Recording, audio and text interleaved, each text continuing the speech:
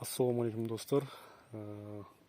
Қандай қияр сорттарын егесіздер деп сұрап жүрсіздер көбісі. Енді маған компаниялардан келіп отырады. Бұл болашақта сатылатын гибридтер, номерной сорттар. Биыл көктемде қызанақтың тұқымдары келген болатын. 14 түрлі сорт. Оны жаздай бөлістім сіздермен. Құдай қаласа күзге қарай бәрінің былайша айтқанда қорытындылап, аттарын атап, өзіме ұнаған сорттарды айтатын болам. Келесі жылы сатылымға келу керек Қазақстанға, Құдай қаласа. Міне бүгін тағы да қияр сорты келіп жатыр. Бұлардан номерной сорт, Алла бұйыртса, 7 түрлі сорт кетті мынаның ішінде, айту бойынша. Құдай қаласа осыны егіп көреміз. Ертең Алла бұйыртса егіп қалам. Қазір ғана алдым посылканы.